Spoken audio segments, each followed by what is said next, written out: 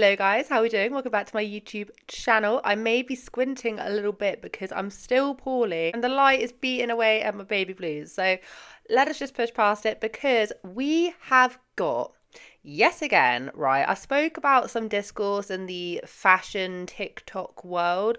Well, we've kind of got something else that's going on to do with people stealing other people's designs. Brandy stole my logo and put it all over a bunch of ugly shirts. And today I'm selling everything in my vintage studio to pay for a lawyer. Or biggish brands trying to steal off of small businesses, which we do hear about happening.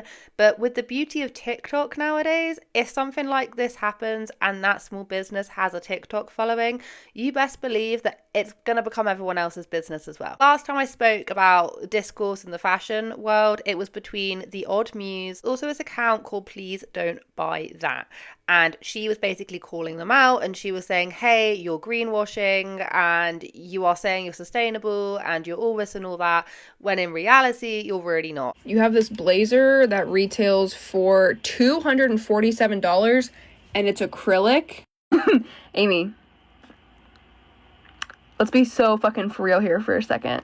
Why is that not a cotton or a wool blend blazer? You get away with people not knowing what they're buying. You should be so embarrassed to be selling a $247 acrylic blazer. But in the past week, there has been, like I've just said, discourse between a small business and a big brand. So the small business today is Kissing Cowboys, although she goes under Kissing Cowgirls on her TikTok. Her name is Emma. From what I've gathered and from what I've seen on her account, she is a vintage reseller. So she does lots of vintage pop-up shops where she'll buy things in and, you know, reselling. She also does sell some of her own stuff as well. So I believe that they've got some Kissing Cowboys hats. I've seen some Kissing Cowboys bags as well. You can very clearly see the red font and then you have the cowboy image. I did get a little bit confused because I went onto Emma's TikTok and it said Kissing Cowgirls and I was like, wait, hold on a minute, is it Kissing Cowgirls or Kissing Cowboys? I don't know who it is, but I believe the business is Kissing Cowboys. And as we're going to find out in a minute,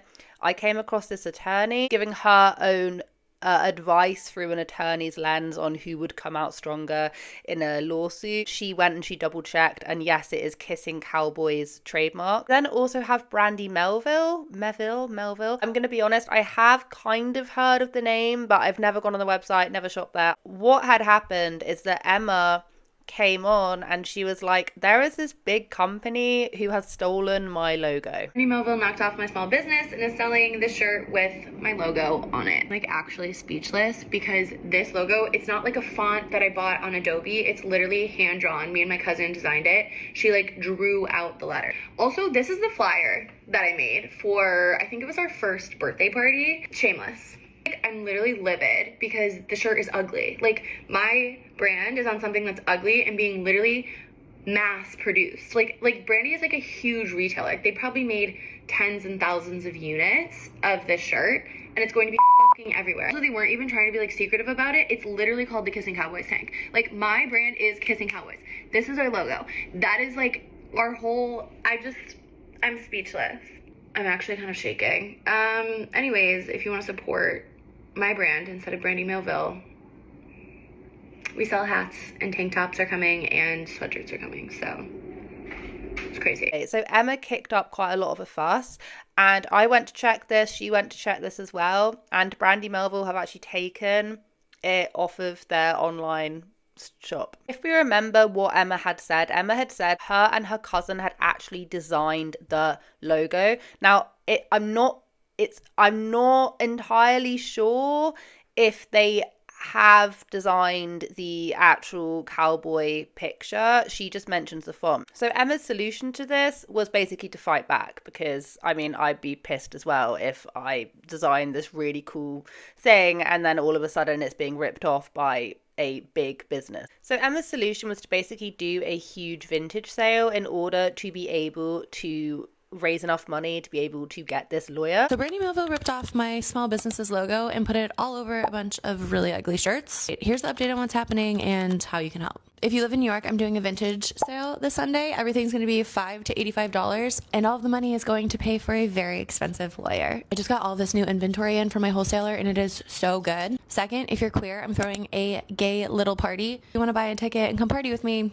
that would rock. If you don't live in New York and you want to just follow me or follow Kissing Cowboys, that would be amazing. I can't believe I just did that, but here we are. And the update is that they took the shirt off the website, which is awesome. That one was really ugly. And my friend just sent me this, which means they're still in store. If you live near Brandy and want to go in there and see if my shirts are there, take a picture, take a video, DM it to me. I would love you forever. And so many people did turn up, which is absolutely amazing. Like I say, I would be absolutely pissed off as well. Now, what I was kind of alluding to a second ago with the attorney, because I was getting a bit confused. I was like, wait, hold on a minute, like, can you copyright claim? Like, I'm a little bit confused as well, because when it comes to you have like logos and you have stuff like that, it can be a little bit difficult if you haven't got like the copyright on it. Now, according to this attorney, what had happened was that Emma has actually trademarked the Kissing Cowboys name, so it is trademarked, it is tied to Emma.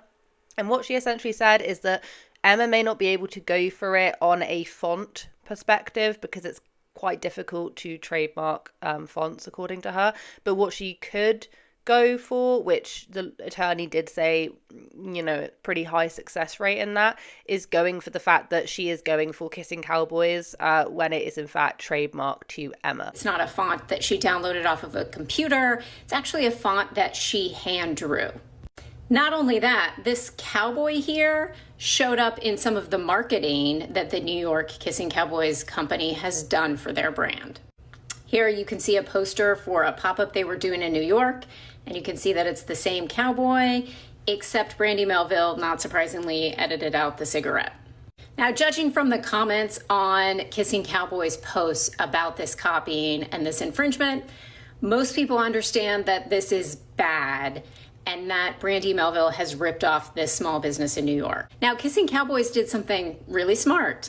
It registered a trademark in Kissing Cowboys, and it did it last year. It didn't wait for Brandy Melville to start using the name.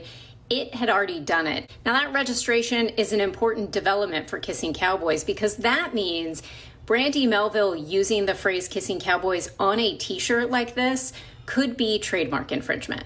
Now, I say could be trademark infringement because there is an argument, and it's not a frivolous argument, that when phrases like this are used on t-shirts, that is in fact not a trademark use.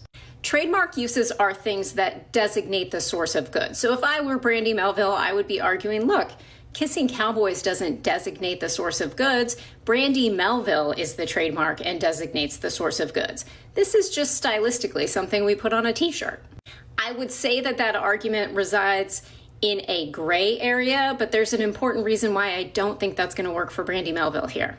The reason that's not going to work for Brandy Melville is because if you had gone to the website to look for this t-shirt, you would have seen that Brandy Melville calls it the Kissing Cowboys t-shirt.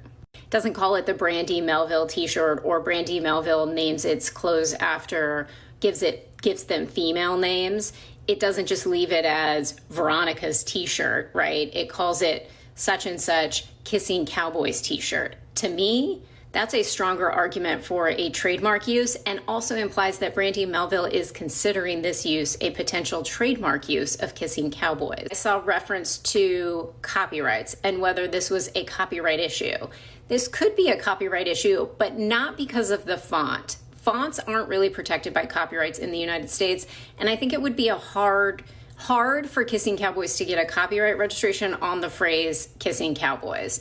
What could be copyrighted is this version of the cowboy that came from the Kissing Cowboys promotional materials and that Brandy Melville very clearly used on the t-shirt.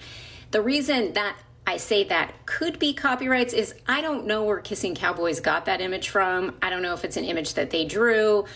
I don't know if it's an image that they borrowed from somebody else. Perhaps they have their own copyright infringement problems. So it isn't clear to me that Kissing Cowboys actually owns this image that was used on the t-shirt, but that is if they did own that image, then that is a potential copyright issue. Now, she definitely did clear that one up for me because I know very little about trademark, copyright claim, all that kind of stuff. But yeah, if you have trademarked something and Emma says, well, they were selling a Kissing Cowboys t-shirt, which is directly linked to my brand Kissing Cowboys, which is a trademark name, that makes sense in my head. So Emma had wandered off down to the Brandy Melville store and had actually managed to find yeah, a t-shirt that they were still selling with her logo still on it to keep it for evidence, because of course she's wanting to go and get a lawyer. Brandy Melville stole my logo and put it all over a bunch of shirts, and we're doing some investigative research today to see if they're in store, and unfortunately buy them so I can give them to my lawyer. Okay, we're here. This is very surreal. Do you have any more Kissing Cowboys stuff? I'm pretty sure it's just It's just that one? Okay, cool. I'm like actually speechless. This is so insane. I'm like thinking about when my cousin sent me this logo for the first time 2 years ago, and I was like so pumped. And now it's in Brandy Melville being stolen. Absolutely nothing has come of this yet. Brandy Melville, I have not seen any response on Instagram, on TikTok, or anything like that. Who knows if they actually will respond? You just have a feeling that they must be feeling like in the wrong if they are able just to quickly remove that item from online that quickly. They must know that they have really messed up. And I do just think when you have these big brands, because you hear about this kind of stuff happening all the time, you have these big brands, it's like, where is your creativity? If you're such a big brand, okay, and you've done so well, and are then finding yourself in a creative rut, for you to then just go, oh, okay, well, I'm just going to steal this idea off of this smaller business. He or he will not have the guts to like stand up for themselves and fight us in court because we're like, so big or whatever. You should really think about firing your creatives, like the people who are actually designing your stuff, because they are clearly out of ideas if they then resort to having to literally steal from small businesses who they think will not turn around and fight back. Do you know what I mean? Like, at the end of the day, you really need to be thinking about yourselves as companies, because we hear about this happening like all too well. Have these big brands who try and silence and try and, silence you into submission, which is what I will say about this whole situation between the Odd Muse and Please Don't Buy That, aka Mallory. So when that kind of went on, Mallory is now in this dispute. A woman called Charlie Bell from Sea Cycle Swim, who, like, Mallory literally just critiqued her. Because bear this in mind, Charlie Bell from Sea Cycle Swim did actually comment on Mallory's post saying, well, we make all of our things are like sustainable. I don't know what she said, but she was talking about her item of clothing, right? So she comes along and says that. Mallory then goes, but is it really? Goes and does a bit of a deep dive on her stuff and finds out, no, actually it's not. It's actually not. Cue like 2 weeks later, and Charlie has now sent Mallory a cease and desist, not to her home, but to her actual place of work, and has tried to contact, not even tried, has actually contacted the CEO. I'm just like, do we really have to go down this route? Everybody remembers Miss Charlie Bell, owner of Sea Cycle Swim, tried to get me fired this weekend. Jeez Louise, Charlie Bell, you have way too much time on your hands. The CEO of the company that I work for walked up to my desk this morning and he said, do you know a Charlie Bell? I said, yeah, why? Did she email you? He said, yeah. I said, trying to get me fired? He said, yeah. And then she tried to add me on LinkedIn, like, as a connection. I said, oh boy, yeah, she is a mess. Miss Charlie Bell, I hate to break it to you, but me doing marketing for a construction company has nothing to do with my hobby of educating people about how to buy good quality clothes and brands that do unethical things on TikTok. That's just like my hobby. It's my little side gig. I know you would think it's my full-time job because I'm so good at it, but it's not. Just something I do, in my free time. And also, Tony mentioned that you were planning to send some kind of legal documents to the company I work for.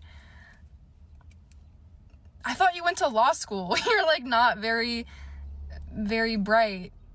TikTok doesn't pay the company I work for. It pays me, like my personal bank account. Really, if you guys cannot take like an ounce of criticism, where does your business stand if we cannot take a little bit? Can we just try?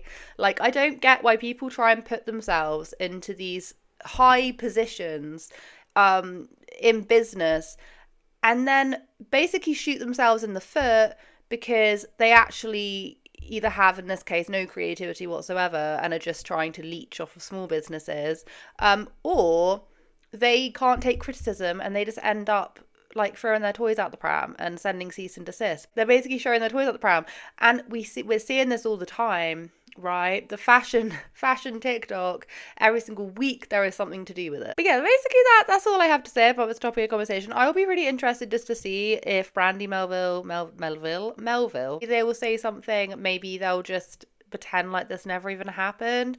But hopefully, you know, if Emma goes by kind of what the attorney we just heard was saying, if her attorney then says something quite similar, if Emma's able to secure the money that Brandy, Melville, whatever, have actually made from the selling of Kissing Cowboys, that obviously would be an amazing win for Emma, but we shall have to wait and see, and I'll keep my eyes glued on it. Pretty much all I have to say for today's video. I have really been struggling. It's probably got so many different cutscenes because I'm trying to stare up and the light is shining, and it really hurts. It really, like, my eyes have been watering. So if they have, I do apologise. But I hope you guys have a wonderful day wherever you are in this world. Take care of each other. Take care of yourselves. And I will catch up with you guys in the next video.